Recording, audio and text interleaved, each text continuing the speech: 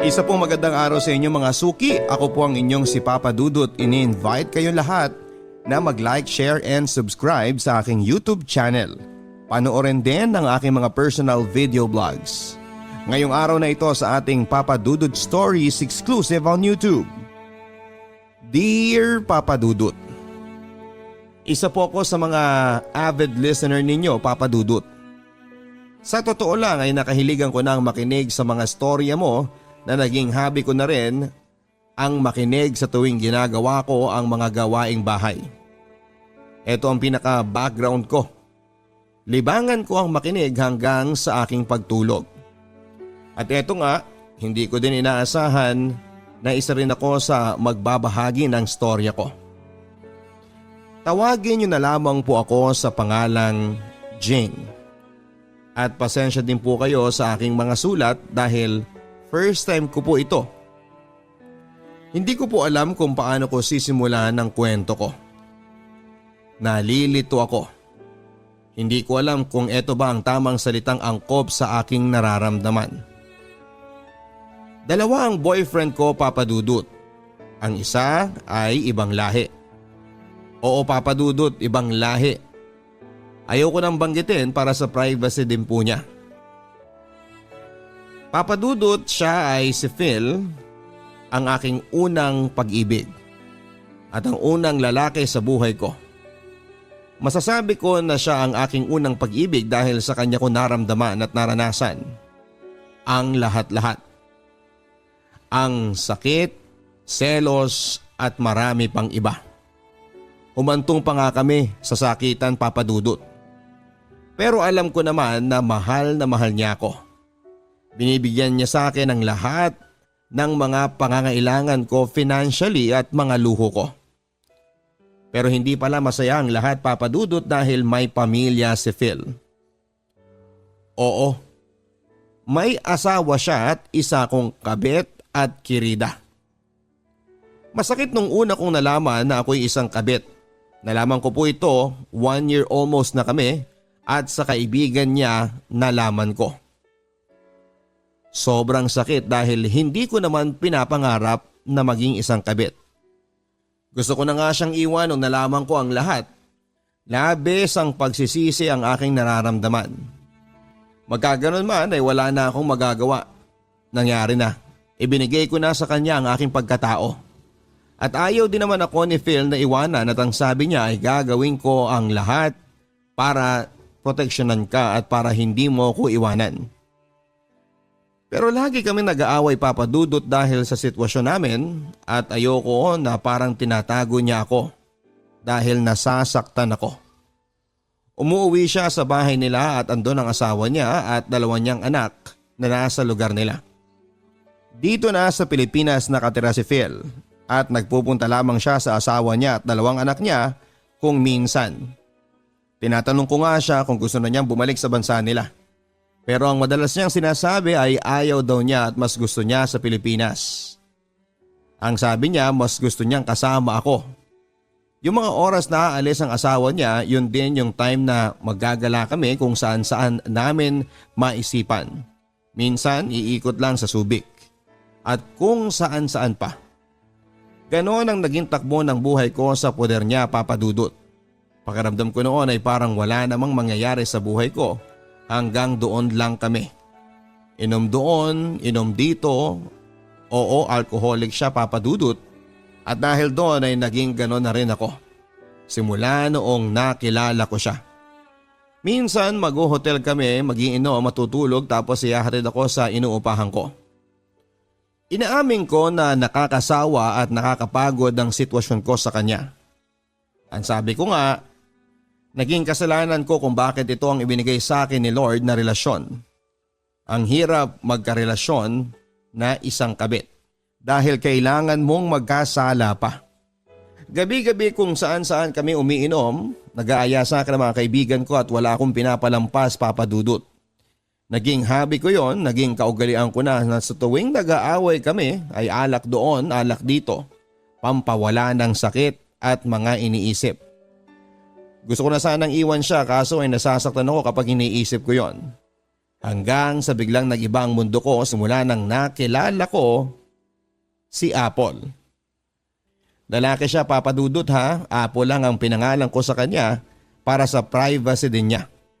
2019 nakilala ko siya. Schoolmate ko siyang sa elementary days namin. Naging karelasyon ko din siya pero wala lang yon noong mga bata pa kami at hindi naman kami seryoso noon. Hindi ko kasi gusto talaga siya noon, Papa Dudut. Nagkakontak kami sa Facebook at tuwing umiinom ako sa bahay, mag-isa ay siya ang aking nakakausap. Nakakatuwa nga kasi yung normal lang na pag-uusap ay hantong pala sa ligawan at siya pala ang babago sa aking paniniwala. Paniniwalang ayoko sa Pinoy na boyfriend kasi iniisip kong stress lang din naman. Pero kinain ko ang lahat-lahat ng mga salitang yon, Papa Dudut. Mabait si Apple, tahimik at may pagkasuplado at mahiyain siya. Hindi ko pinatagal pa ang panliligaw niya at sinagot ko na siya kaagad. Aaminin ko, Papa Dudut, na hindi ko talaga siya mahal noong sinagot ko siya. Ang natatandaan ko noon ay lasing lang ako noon. Ganoon naman ako lagi nakakainom kapag nakikipag-chat ako sa kanya. At yun nga, Papa Dudut, nag-backread ako at sinagot ko nga siya sa Facebook lang. Hindi ko alam na seryoso pala siya sa akin. Magkalayo kami, nasa Maynila siya at ako naman ay nasa Pampanga. Iniisip ko sa tuwing magkakausap kami ni Apple ay paano kung makipagkita siya sa akin at hindi ko alam ang aking gagawin. Dahil sa kami pa ni Phil at aaminin ko na mas mahal ko si Phil pero nahihirapan ako sa sitwasyon namin. 3 years, Papa Dudut. 3 years kami ni Phil sa ganong sitwasyon na magkikita lang, mag-hotel. Nakakasawa na. Sabi ko nga minsan sa kanya para akong bayarang babae sa ganong klase ng setup. Dahil doon ay naiiyak na lang ako. Ang sabi naman niya, maghintay ka lang at darating din ang panahon na magkakasama tayo. Patuloy kami sa ganong klase ng setup, Papa Dudut. Hanggang isang araw ay nag-ayang makipagkita sa akin si Apple. Nung una, ang dami kong dahilan kesyo ganito at wala akong bahay at ang totoo naman talaga ay hindi ko alam kung paano siya haharapin at ayokong makita ako ng kasama ko sa bahay na may boyfriend akong iba dahil kilala nito si Phil. Kaya ako na lang ang pumunta sa kanya. O Papa Dudut, ako ang pumunta ng Maynila para makipagkita sa kanya. Dahil gusto kong matry kung kaya ko bang magmahal ng iba. Kung kaya ko bang kalimutan si Phil sa paraan na ganito. Dahil alam kong walang forever sa amin ni Phil. Ika nga nila walang forever sa mga katulad kong kabit. Noong nagkita kami ni Apple, ang lakas ng kaba ng dibdib ko. Grabe. Hindi ko maintindihan ang excitement. Sabi ko nga sa isipan ko, ang tagal na rin na hindi kami nagkita noong high school pa yung huli. Noong sinundo niya ako, ang sabi niya nasa terminal siya dahil sa terminal naman ako nagpasundo. Hindi ko kasi alam dito sa Maynila, Papa Dudut. At yun nga, nakita kami, umasta lang ako na parang normal. Pero ang totoo ay kabado ako. Siya naman ay nahihiya at pangiti-ngiti lang. Dinala niya ako sa tirahan niya, Papa Dudut, dahil gabi na rin. Pagod na rin ako sa biyahe. At maging siya ay puyat din sa kanyang trabaho. At yun nga, may nangyari sa amin. Ang mga bagay na hindi dapat. Well, expected ko naman kasi nga GF niya ako. At habang may nangyayari sa amin, iniisip ko si Phil. Pinakikaramdaman ko ang sarili ko. Kampante naman ako sa kanya. Madali naman siyang mahalin. Umuwi na ako dahil hindi ako pwedeng magstay ng matagal sa kanya dahil kailangan kong umuwi dahil kay Phil. Hahanapin na ako. Nagdahilan lang ako sa kanya na nasa pinsan ako. Ang sabi ko ay nagiinuman kami, baka bukas na tayong magkita at may hangover pa ako. Papa Dudut, alam ko pong mali. Pero dumaan ang ganong klase ng setup sa aming tatlo. Napapansin kong nawawala na ako ng gana kay Phil. Lagi na lang ako naiinis maski hahalikan niya ako ay ayoko na, Papa Dudut. Hindi ko na siya mahal. Kaya ko na siyang iwanan at ready na akong iwan siya. Yun lagi ang tanong sa isipan ko. Oo, si Phil ang tumutulong sa akin financially at nakukuha ko ang lahat pero wala na akong pagmamahal at si Apple na ang bago kong minamahal. Pero wala siyang alam sa sitwasyon. Akala niya ex ko na lang si Phil. Yun kasi ang kwento ko nang minsang natanong niya ako sa past ko. Wala na yon, sabi ko. Matagal na kaming hiwalay pero sabi ko tinutulungan niya pa ako financially ang pagsisinungaling ko kay Apple. Nagilty ako papadudot at nasasaktan ako dahil ang bait niya. Hindi niya deserve ang gaya ko. Nalilito ako at hindi ko alam kung ano ang gagawin ko kapag iniisip ko yon. Hanggang sa niyaya na ako ni Apple na magsama na kami sa Maynila. Bagay na labis na nagpagulo sa isipan ko. Papadudot aminin ko na gusto ko na rin mag-asawa. Yung bang kasama mo talaga pagising mo siya yung kapiling mo. Hindi yung itatago ka sa kahit na sino. Hindi gaya ng setup namin ni Phil. At dahil nga sa pandemic na ito, 2 months nang hindi kami nagkikita. Mabuti na lang at may social media dahil kahit papaano ay naiibsan ang lungkot ko. At si Phil naman ay hindi ako nadadalaw, bagay na gustong gusto ko dahil ayoko siyang makasama. Oo, papadudot, nag-iba na ako sa kanya. Ibang iba kumpara sa dati. Alam ko naman na nahahalata na niya ako. I know that you don't love me na. Yun ang sabi niya sa akin. Hindi ako nagsalita, papadudot. Nakakaintindi siya ng Tagalog at sobrang tagal niya na rito sa Pilipinas. June noong nagpa siya kung umalis na sa apartment ko. Ang sabi ko sa kanya, uuwi ako sa amin at doon ako muna. Sabi niya pandemic pa at wala kang masasakyan. Ang ginawa ko naman ay nag-contact ako ng private na sasakyan para lang makaalis na ako. At para magsama na kami ni Apple. At ang sabi ko naman kay Phil ay uuwi muna ako sa amin saka na ako babalik kapag tapos na ang pandemic na ito. Pero ang hindi niya alam ay wala nang kasiguraduhan kung babalik pa ako. Dahil sa pag-alis kong yon, ay ang huling sandali na magkikita kami. Naiiyak ako habang iniisip siya at ang sama-sama kong tao. Minahalang naman ako ni Phil at binigay sa akin ang lahat pero ganito ang gagawin ko. Iiwanan siya sa ere at ayoko magsabi ng katotohanan, papadudot, baka mapatay niya ako. Baka isumbat sa akin ang lahat ng bagay na ibinigay niya. At hindi ko alam kung paano ko din sisimulan at sasabihin ang totoo sa kanya. Na wala na akong pagmamahal sa kanya. Papadudot, nagsasama na kami ni Apple at oo hanggang ngayon ay hindi ko pa rin nasasabi ang katotohanan sa kanya. At maging kay Phil, may contact pa rin ako sa kanya. Madala nga lang kami mag-usap ni Phil at ang sabi ko ay walang signal kasi sa lugar ng probinsya. Bagay na naiintindihan niya. Hindi ko alam, papadudot, kung magpapaalam ako sa kanya hanggang ngayon ay natatakot pa rin ako kung aaminin ko ang katotohanan kay Phil na hindi na ako babalik sa poder niya. At may parte pa rin na kinukurot ang puso ko kapag naiisip ko ang mga kamalian ko sa kanya. Yun lamang po, papadudot, at sana'y mabasa po ninyo ang aking sulat. Lubos na gumagalang, Jane. Magandang araw po sa inyong lahat, mga ka-YouTube, sa lahat po ng ating mga followers. Magpadala ng inyong mga storya sa pamamagitan ng email sa papadudodstories@gmail.com. Ngayong araw sa Papadudod Stories, Dear Papadudot. Magandang araw po sa inyo, nais ko lamang ibahagi ang kwento ng pag-ibig ko. Naway mabigyan ng pagkakataong mabasa. Sumulat ako dahil na rin sa encouragement ng kaibigan ko na minsan na rin sumulat sa inyo. Kaya eto, dahil sa kakulitan niya, naglakas loob na rin po akong magbahagi ng kwento ng buhay ko. Nais kong simulan sa simpleng pagpapakilala.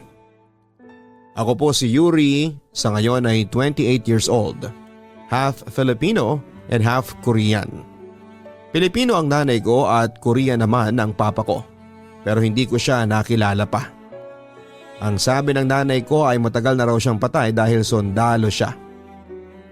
Dito ako lumaki sa Pilipinas habang si mama naman ay nagtatrabaho sa ibang bansa bilang isang nurse. Nakikitira lamang ako sa tita ko na walang anak na babae kaya mahal na mahal nila ako. Puro lalaki ang mga pinsan ko kaya lumaki ako na one of the boys. Simple lamang akong babae, papadudot. Walang arte sa katawan at sabi nila sobrang friendly ko daw kasi kahit saan ay may barkada ako. Year 2015, bakasyon at birthday ng isa sa mga kaibigan ko. Nagaya siya ng overnight sa isang resort to celebrate. Ang dami kong nakilala, Papa Dudut, at isa na roon si Migs. Isang gwapong lalaki na anak mayaman. Kaklase siya ng kuya ng kaibigan ko na nagdadaos ng kaarawan sa araw na yon. Kaya andun din sila. Kuwela ang kuya ng kaibigan kong si Andrea. Mahilig itong mambugaw ng mga kaibigan niya sa mga kaibigan ng kapatid niya. Dahilan na rin para magkakilala kami. Mahiyain si Migs at palaging nasa sulok lang. Nakikitawa siya pero hindi siya maaasahang dumaldal na complete opposite ko naman dahil sa sobrang maingay ako at bida-bida. Naagaw niya yung attention ko, Papa Dudut, nang mapilit nila itong kumanta sa videoke. Ang ganda ng boses niya, sobra. Parang anghel na bumaba na galing sa langit para kantahan kami. At sa sobrang bilib ko nga, Papa Dudut, ay napanganga talaga ako, Papa Dudut, dahilan para pagtawanan nila ako. Yuri, ang ganda mo sana kaso tululaway ka naman. Pangasar ng kuya ni Andrea dahilan para mapahawak ako sa bibig ko. Habang sila ay sobrang pinagtatawanan ako. Napansin kong napatingin sa akin si Migs dahil sa ingay nila. May ilang pang nagsasabi na crush ko daw siya dahil sa nangyari. Hiyang-hiya ako, Papa Dudut, kaya umalis na lamang ako at nagdahilan na magsi-CR lang. Nagpunta ako sa isang cottage malapit sa isang pool, medyo malayo sa kanila. May dala akong isang bote ng beer at hindi ko alam that time na parang gusto kong mag-enjoy lang. Gusto kong i-enjoy ang ganda ng resort. Naiingayin na lang din siguro ako sa sarili ko. Maya-maya pa ay may nagsalita papalapit sa akin. Walang iba kundi si Migs at tinatanong niya kung okay lang daw bang makiupo sa tapat ng upuan na inuupuan ko. Tumango lamang ako bilang pagsang-ayon. Nabigla siyang nagsalita. Yuri, tama ba? Ganon lang talaga yung si Paul, mahilig mangasar. Nabiktima ka lang kanina, sabay ngiti siya pagsisimula niya ng pag-uusap sa akin. Sumagot naman ako at sinabing wala yon, ano ka ba? Gusto ko lang libutin tong resort kasi uwian na naman bukas. At nginitian ko din siya, Papa Dudut. Hindi ko alam, Papa Dudut, na sa ginawang pagkausap sa akin ni Migs ay gumaan ang loob ko sa kanya. Halatang mahiyain siya pero nakakatuwa kasi na kinausap niya ako. Ang dami din naming napagkwentuhan dahilan para mawala yung ilang namin sa isa't isa at maging friends na kami. Natapos ang birthday ng kaibigan ko si Andrea na nadagdagan na naman ang bilang ng mga friends ko. Sa katauhan ni Migs yon. Mabait si Migs, Papa Dudut, only child siya at attorney ang papa niya. Medyo strict daw ito kaya madalang siyang makasama sa ilang get-together nilang magkakaibigan. 22 years old ako during that time at 25 naman si Migs. Katulad ng papa niya ay gusto niya ring maging abogado kaya law ang kurso niya at ako naman ay civil engineering ang course ko. Parehas kaming taga Laguna at parehas din na nag-aaral sa Maynila. Different universities pero magkalapit lang ang paaralan namin. Kaya mula nang naging magkaibigan kami ni Migs, nalibre na ako ng pamasahe dahil may sasakyan ito na pinapagamit daw sa kanya ng papa niya. Sa tuwing biyahe nito pa Maynila ay tinetext o chinachat niya ako para isabay. Kaya kapag may pagkakataon na pwede akong sumabay ay sumasabay talaga ako. Gusto raw kasi niya ng maingay na kasama sa biyahe. At talent ko naman yon. Effortless sa akin ang dumaldal kaya hindi talaga siya aantukin kapag sinabay niya ako. Mabilis na lumipas sa mga buwan at napapalalim ang pagkakakilala namin sa isa't isa ni Migs. Papadudot base sa mga nasabi ko kaninang mga karakter niya, ay alam kong may ilan sa mga nakikinig ang manghihinayang sa sasabihin ko. Lalaki si Migs, Papadudot. Lalaki siya na may pusong babae. Hindi ko to nahalata noong una. Wala talaga akong ideya. Magaling kasi siyang magtago at iilan lang kaming nakakaalam nito. Sa mga nagdaang buwan ay sobrang naging palagay na kami sa isa't isa ni Migs. Dahilan na rin para aminin niya sa akin ang totoong siya.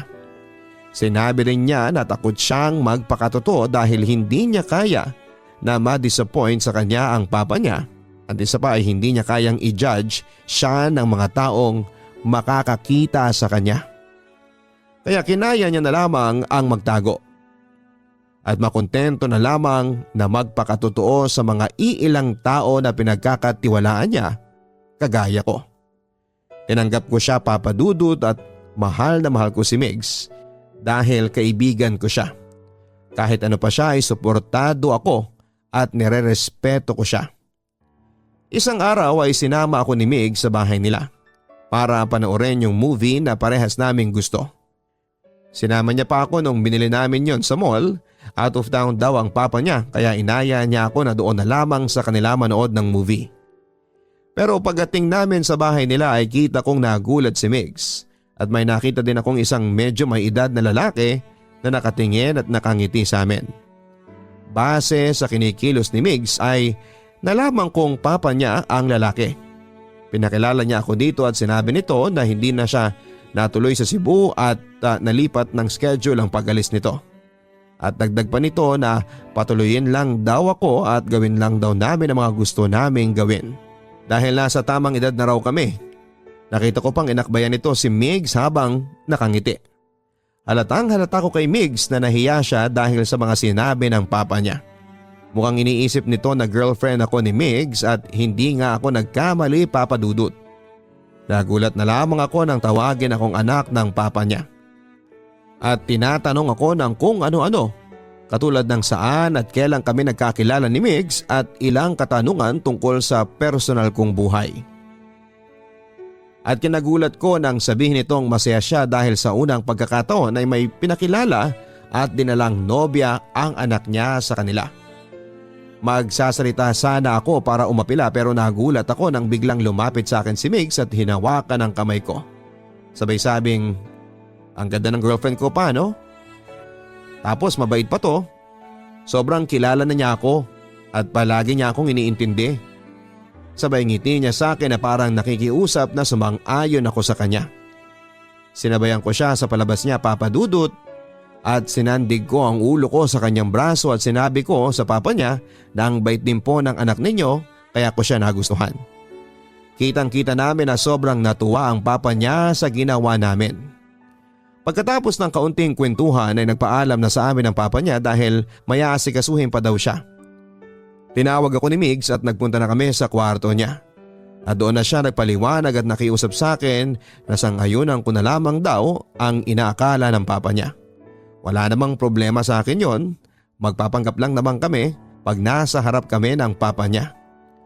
At para naman sa kaibigan ko ay no big deal sa akin yon. Napadalas ang pagbisita ko sa bahay ni na Migs, minsang aya niya at minsang imbitasyon ng papa niya. Pag hindi ito busy, naging madali lang naman sa amin ni Migs ang pagpapanggap dahil natural din naman sa friendship namin na sweet kami sa isa't isa. Pero mas naging touchy lamang siya, Papa Dudut, kapag syempre nasa harap kami ng papa niya. Isang pagkakataon na nasa kwarto kami ni Migs kakatapos lang ng palabas na pinapanood namin ay natanong ko sa kanya na lalaki ba talaga ang gusto niya at wala bang chance na magkagusto siya sa isang babae, which is I'll ask out of my curiosity. Isa din kasi ako sa mga nanghihinayang sa kagwapuhan ng kaibigan ko. Tumawa lamang ito at sinagot ako ng hiyak. Kung ikaw yung girl, wag na. Para ka kayang natubigang palaka dahil sa daldal mo. Sabay sabi niya ng joke lang, tinawanan na lang naming dalawa yon. Pag kaming dalawa lang ay lumalabas yung maarteng side niya pati yung pagiging bully niya na sobrang tinatawanan ko na lang. Migs was never been into a relationship before kasi sobrang takot daw siya.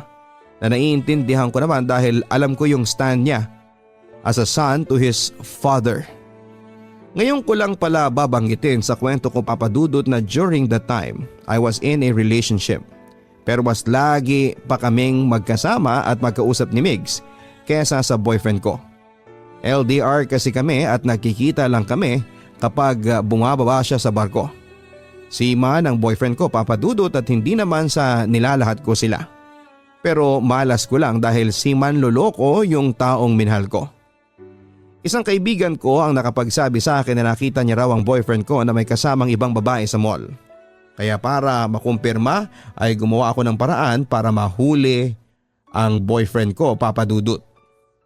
Sinabi niya sa akin na sa susunod pang linggo ang baba niya, pero ang totoo ay nasa Maynila na siya at nakikipaglaro na sa isa ko ring kabarkada. Pagkatapos kong makumpirma, hindi na ako naghabol, nagalit at nang away pa, Papa Dudut. Iniyak ko na lamang ang lahat ng sakit na nararamdaman ko. Tinawagan ko si Migs at sinabi niya na doon na lang daw kami sa bahay nila mag-usap since gabi na rin. Pinagpaalam na lang ako nito sa tita ko na doon na lang muna sa kanila. Nakikinig lang si Migs sa lahat ng drama ko at kitang-kita ko kung paano niya subukan na pag-aanin ang loob ko.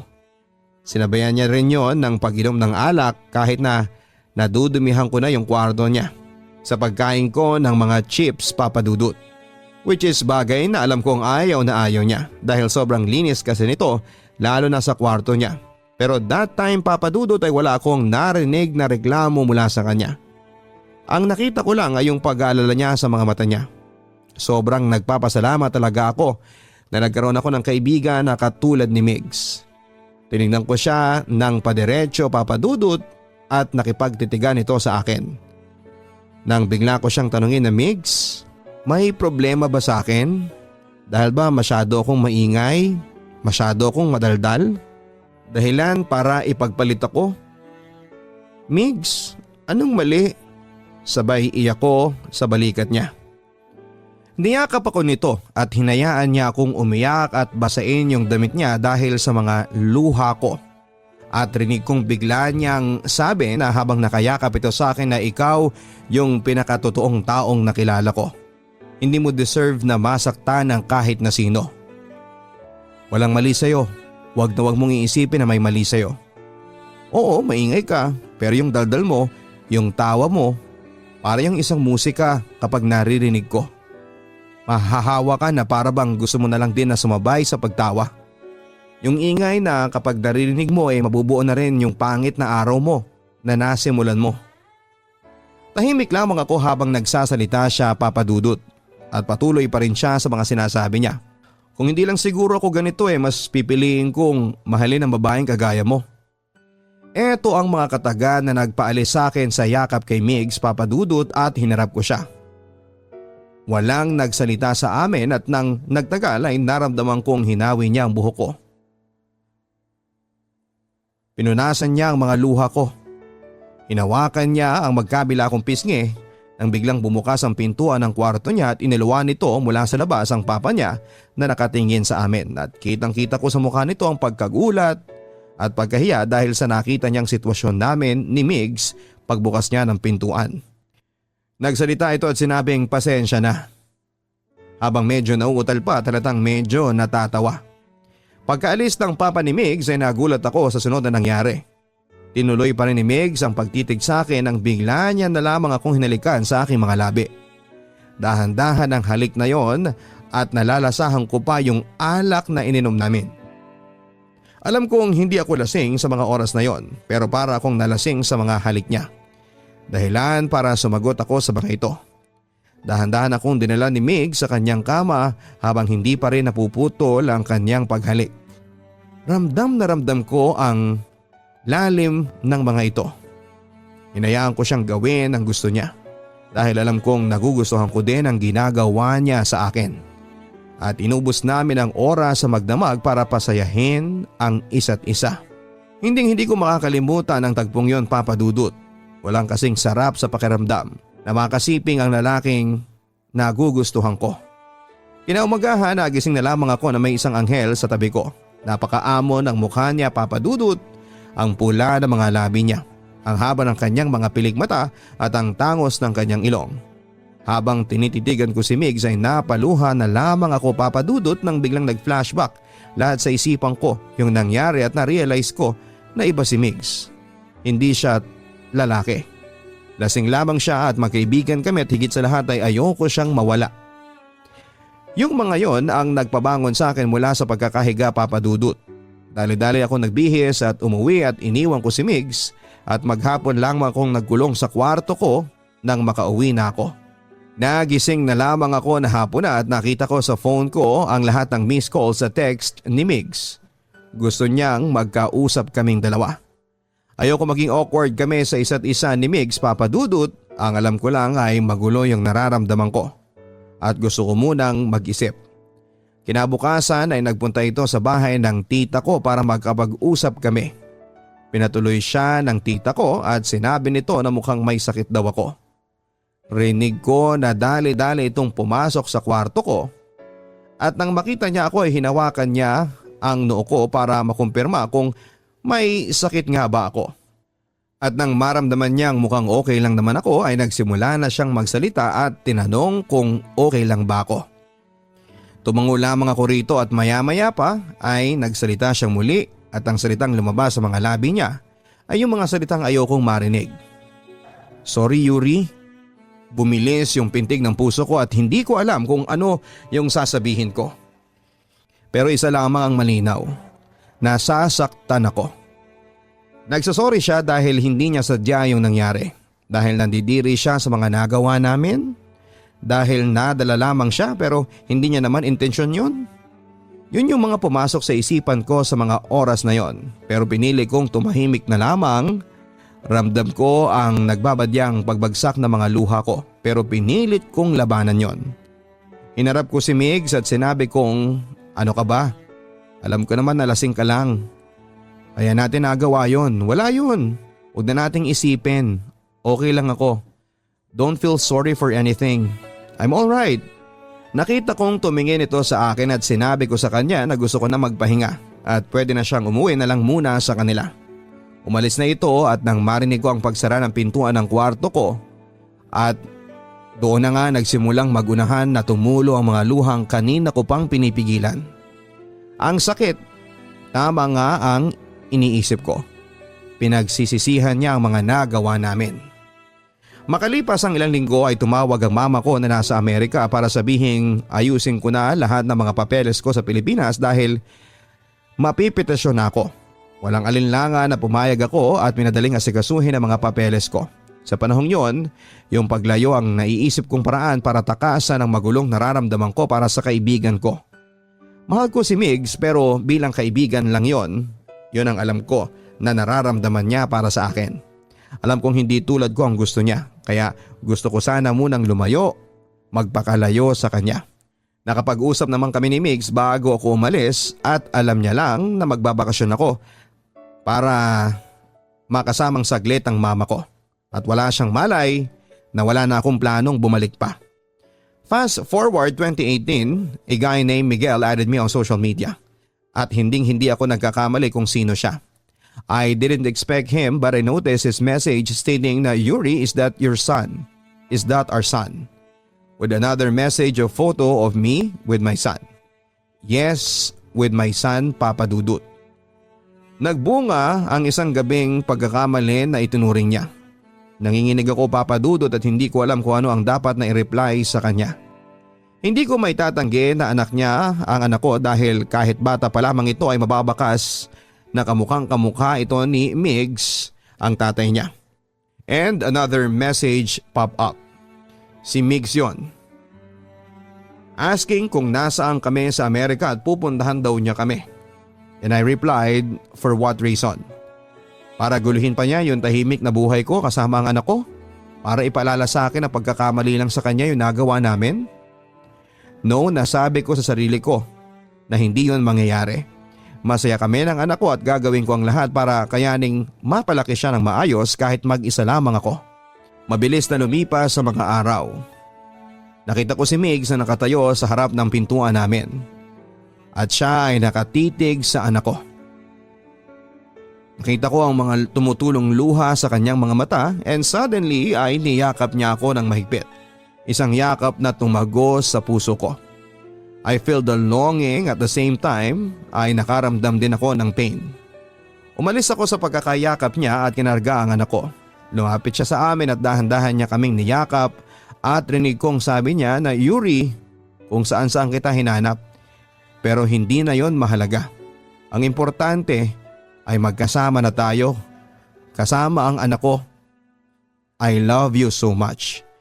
And sorry kasi ang tanga-tanga ko para ma-realize yon kung kailan wala ka na. Hinanap kita kung saan-saan. Sa ngayon po ay nasa Pilipinas na kami, Papa Dudut. At naninirahan sa Laguna, 2 years na kaming kasal ni Migs at nadagdagan na rin ng isang baby girl ang aming masayang pamilya. Dito ko na po tatapusin ang storya ng pag-ibig ko, Papa Dudut. Salamat sa mahaba-habang pagsama sa akin sa pag-alala ko ng aking masayang nakaraan. Masaya ako na naibahagi ko ito sa inyo at nawain naghatid ito ng kaunting ngiti sa mga nakikinig. More power sa inyong programa, Papa Dudut. Keep safe and God bless. Lubos na nagpapasalamat, Yuri of Laguna.